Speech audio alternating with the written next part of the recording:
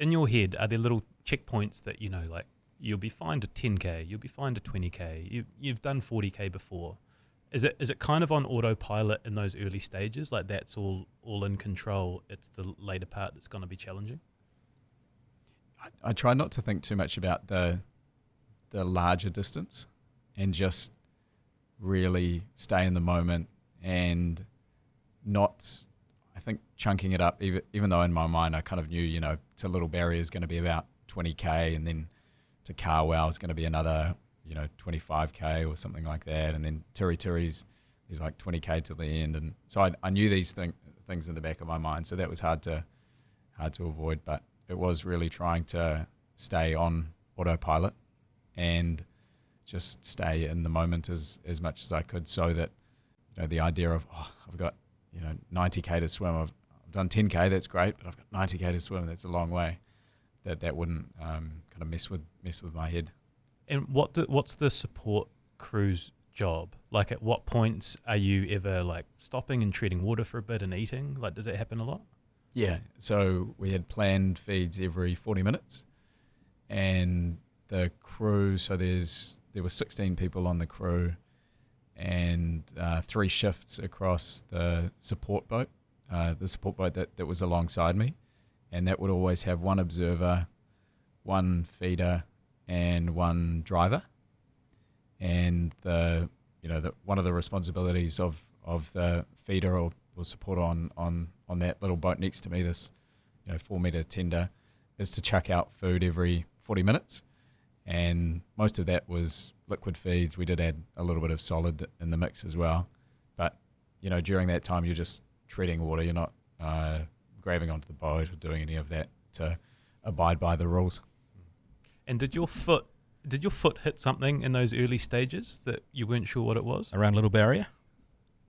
Did my foot hit something? Or did something hit you? I remember hitting a stick, and it made me leap a little bit in the dark. Yeah, that would scare the shit out of me. Like, I'm bad in the water, in the dark, in a swimming pool, let alone in the open ocean. Yeah.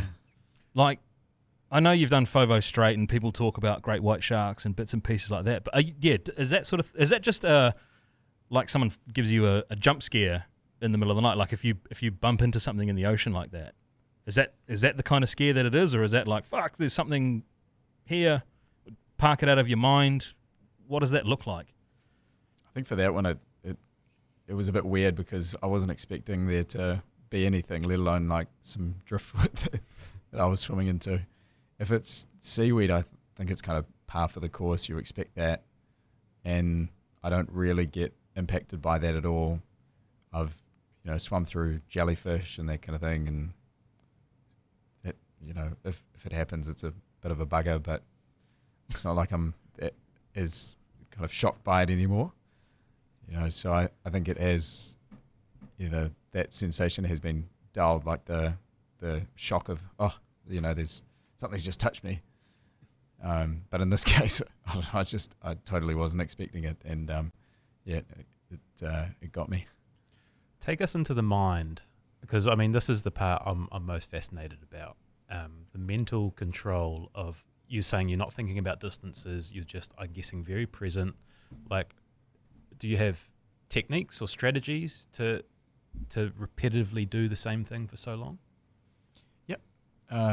So I think first off is that when I'm training, a lot of that is mental training as much as anything else. Like these, 8-hour swims, especially in the pool, it's really about not letting my mind take over and put me in that negative space. And so that gives me a lot of opportunity to develop the tools that I can use for later.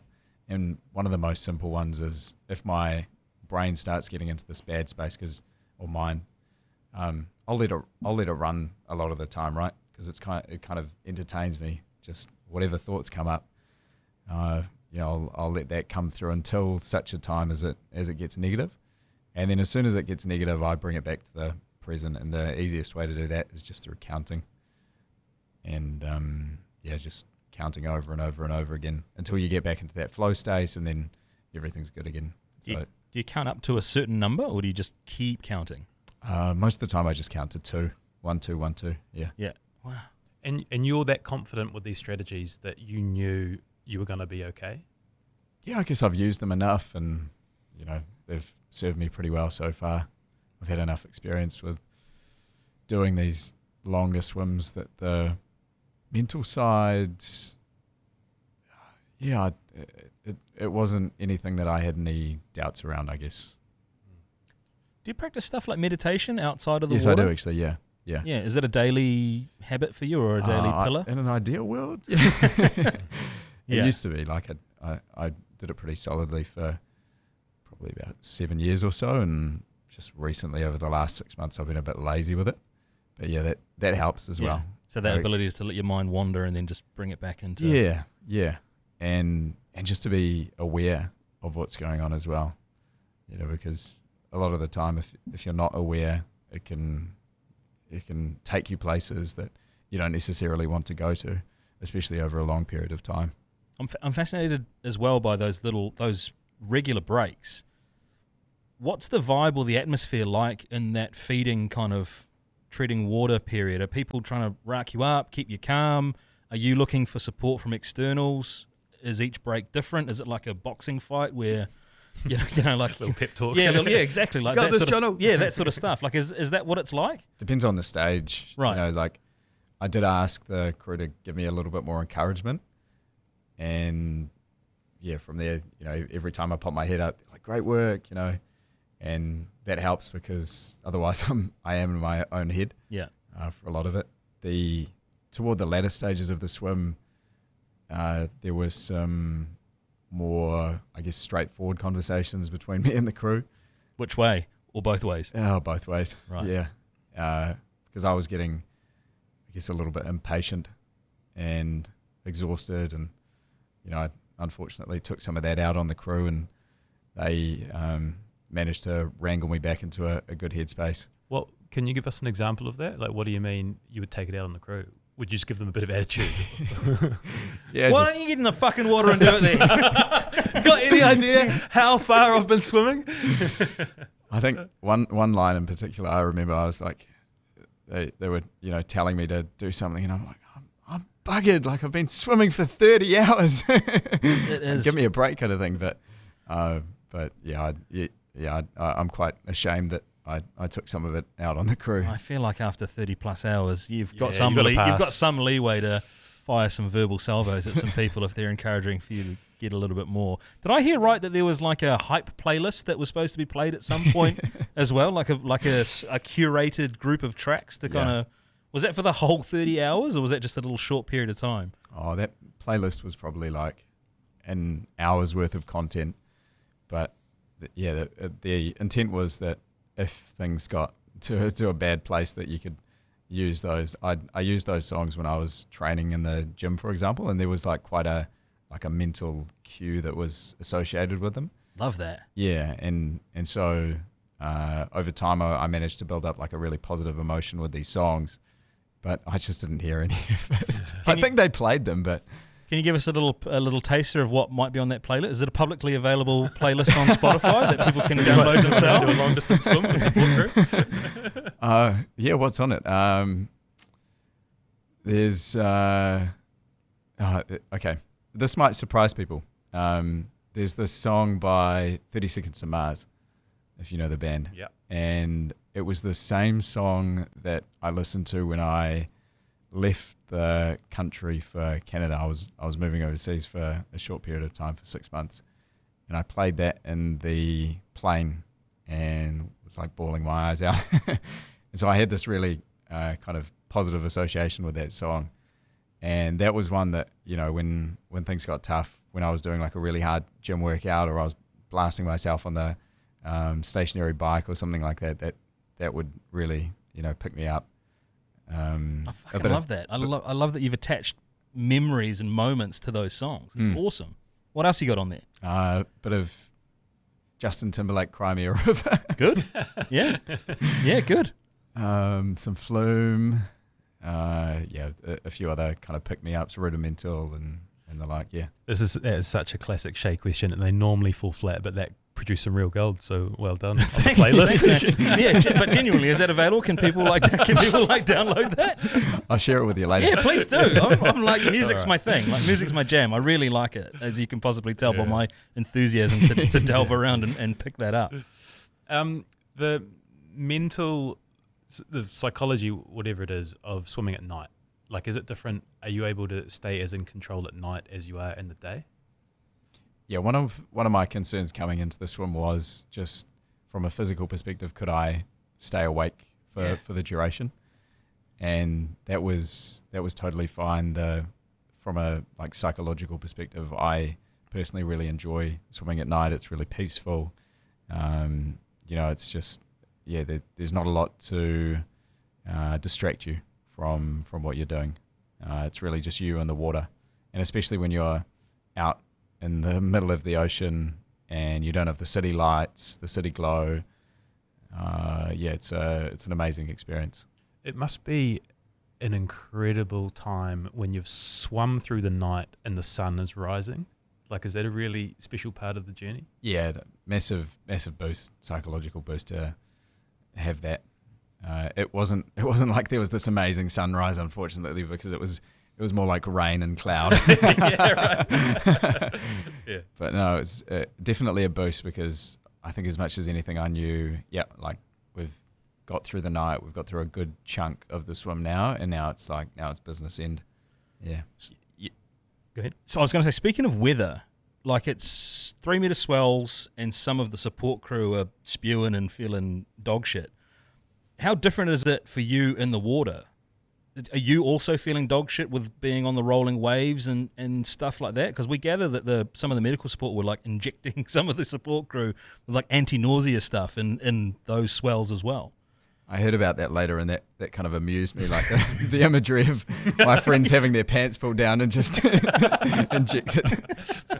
It's quite funny to me. Meanwhile, in the water, I was fine. Like, I wasn't getting any kind of motion sickness at all. Right. Yeah, I think you can just manage it a little bit better when you're in it, and what you're seeing actually matches up with what you're physically experiencing, because when you get motion sickness is where the two don't quite align. And I think that's where it's hard when you're on a boat, for example. Mm-hmm. Take us to the home straight, maybe 80 kilometers in, where, I don't know, I guess you're starting to feel like you're close. I don't know if you know at all times like how close you are to the finish, but do you remember, again, mentally, I think I've heard you say on some interviews that you were kind of in and out of consciousness. I'm not sure if that's the right word, but you were hypothermic. Like, do you remember it being a real struggle in those last periods?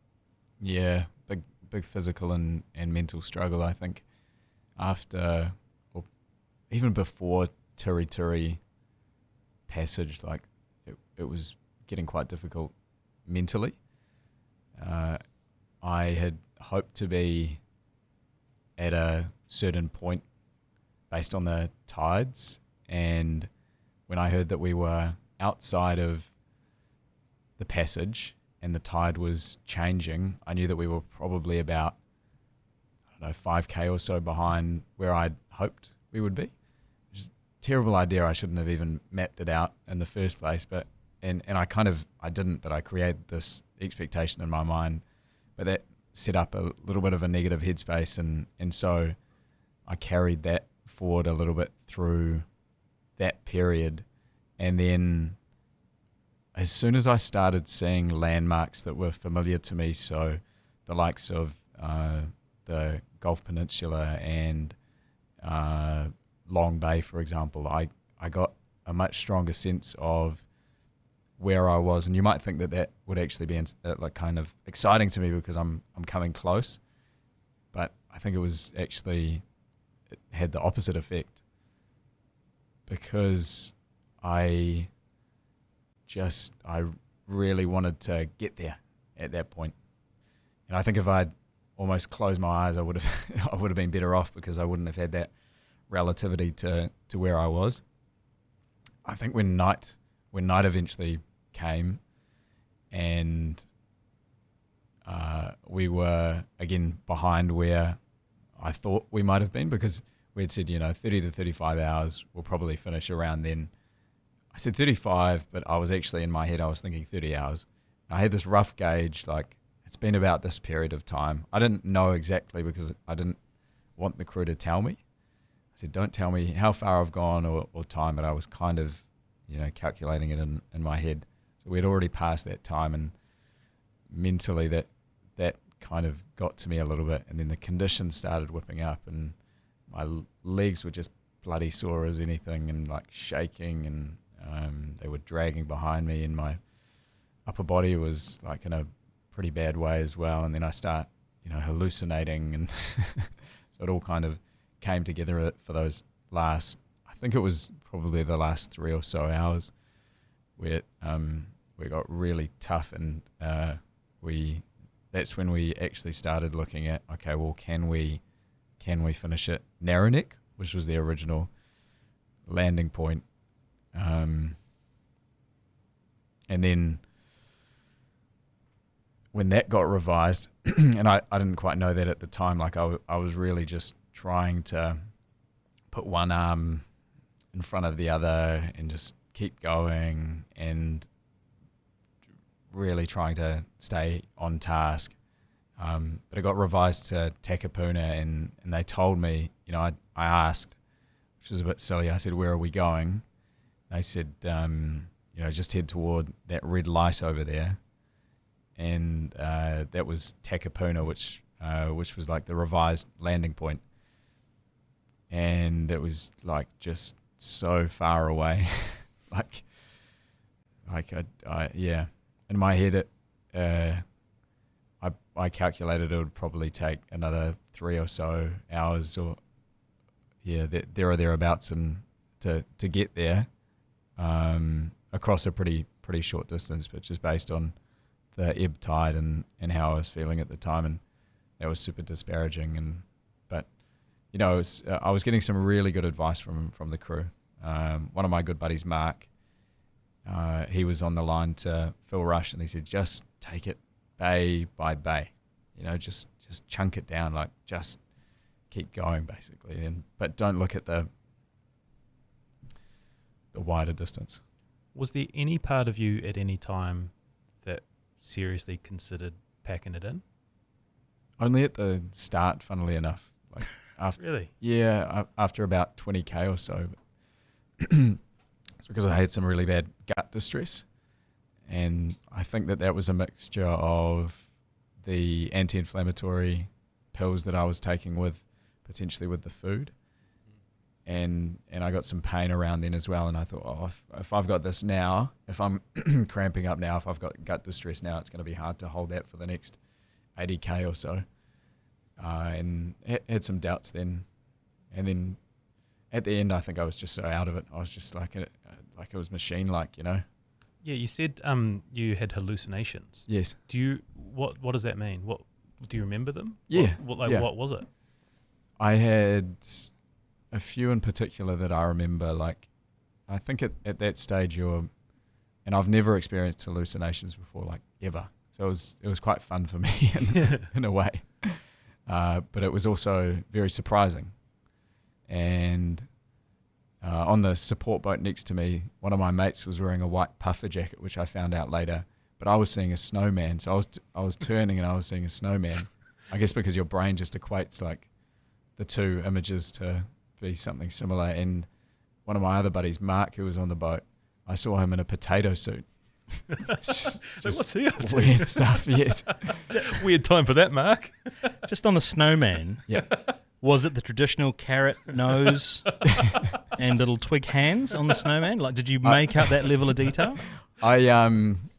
There was like a twig pointing forward, and that might have been Jamie's arm or something. I have no idea. I really want to know about the carrot nose, though. Was it a or not enough detail on the recollection? Yeah, I can't remember. All right. Yeah. And then do you snap out of that?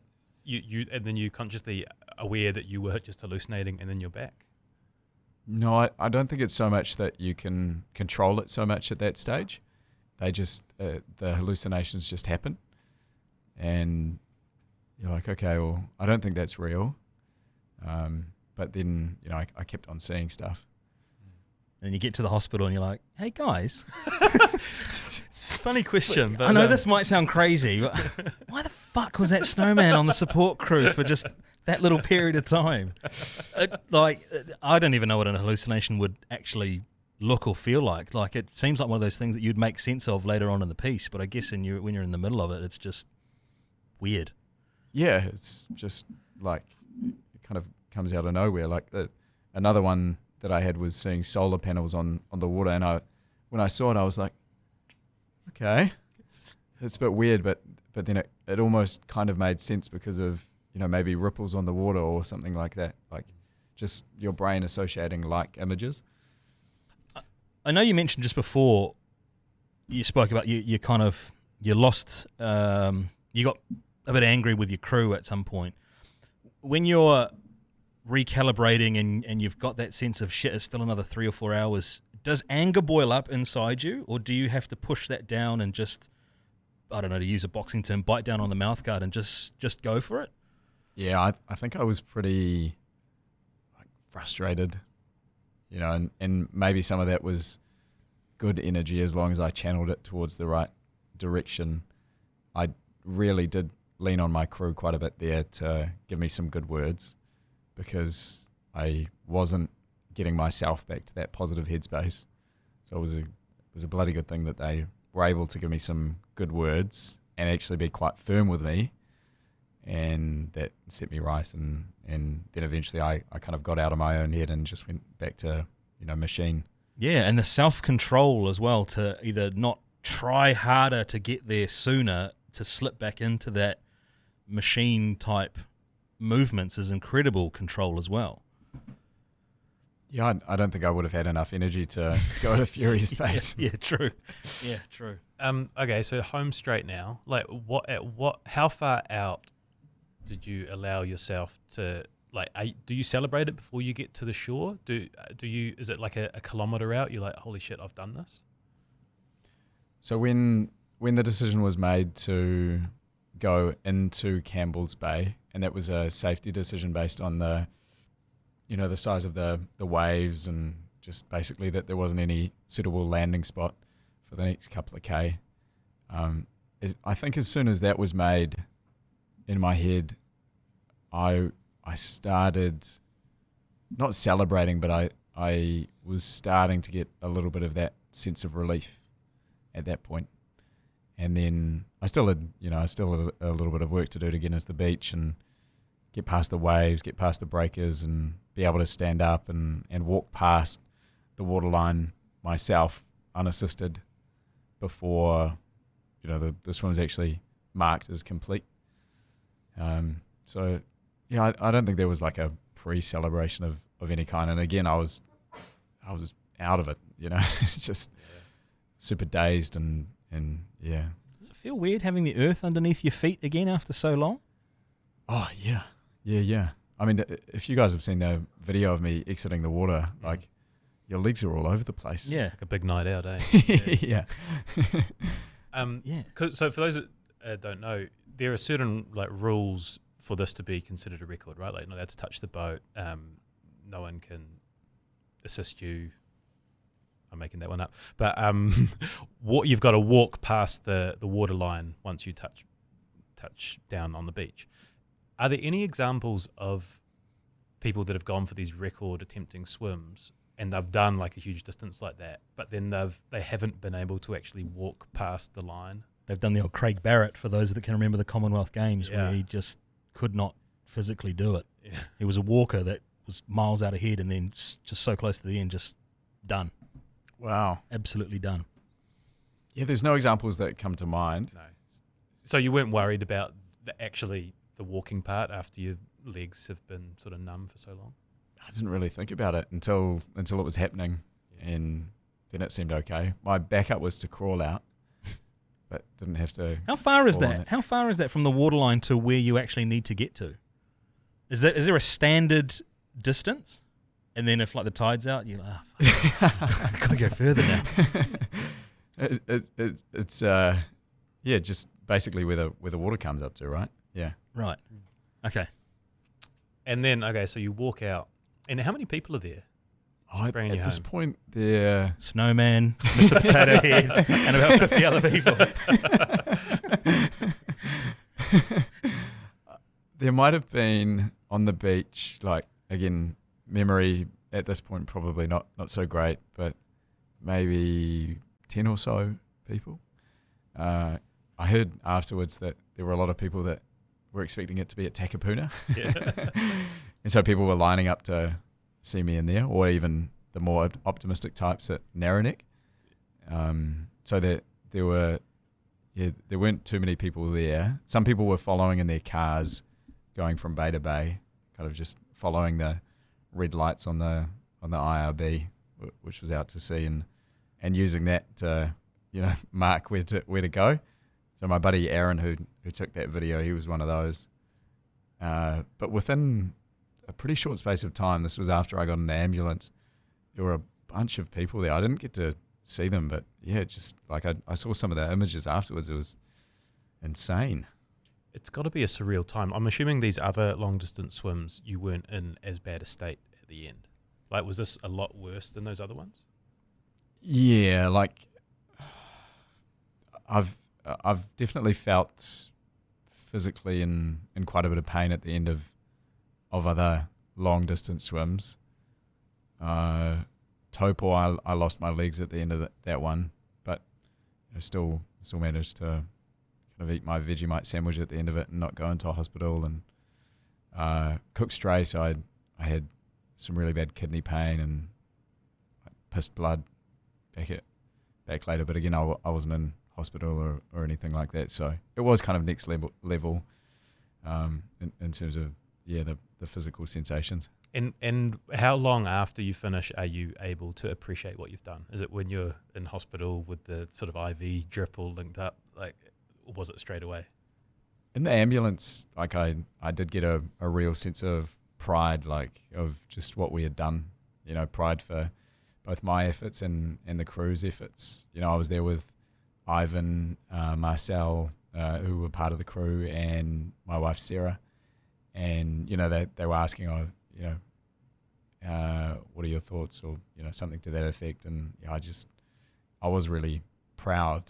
It's hard to say that I was feeling anything else. Well, obviously physical pain, but yeah.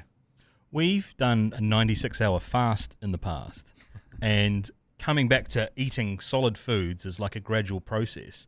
Is that the same for you post-event? Like, how soon are you noshing down on solid food afterwards? And second part to the question, have you got a go-to meal after you've done one of these long swims? You mentioned Vegemite sandwich a second ago, but is that like, have you got a little, I'm out to Burger Fuel or something? Really enjoy it. This time it was, and it has been quite hard coming back because there was just so much salt water that passed through my mouth through the course of that 33 odd hours. And my throat was super raw. Like I really struggled to eat anything. And my tongue, that's been really interesting. Like it's completely lost its top layer and it's just regenerated. So it's been painful for me to eat for probably the last 4 days or so, since exiting. It's only coming right now. But straight away in the hospital, I was just chowing down yogurt because that was about all that I could eat without it being that painful. And if I had my own way, it would be pizza all the way. It's the best kind of after that's after still swim coming. treat, I think. That's still coming. The pizza. I had some Sal's pizza afterwards. Ah, there you go. A few days afterwards. Buffalo go. chicken.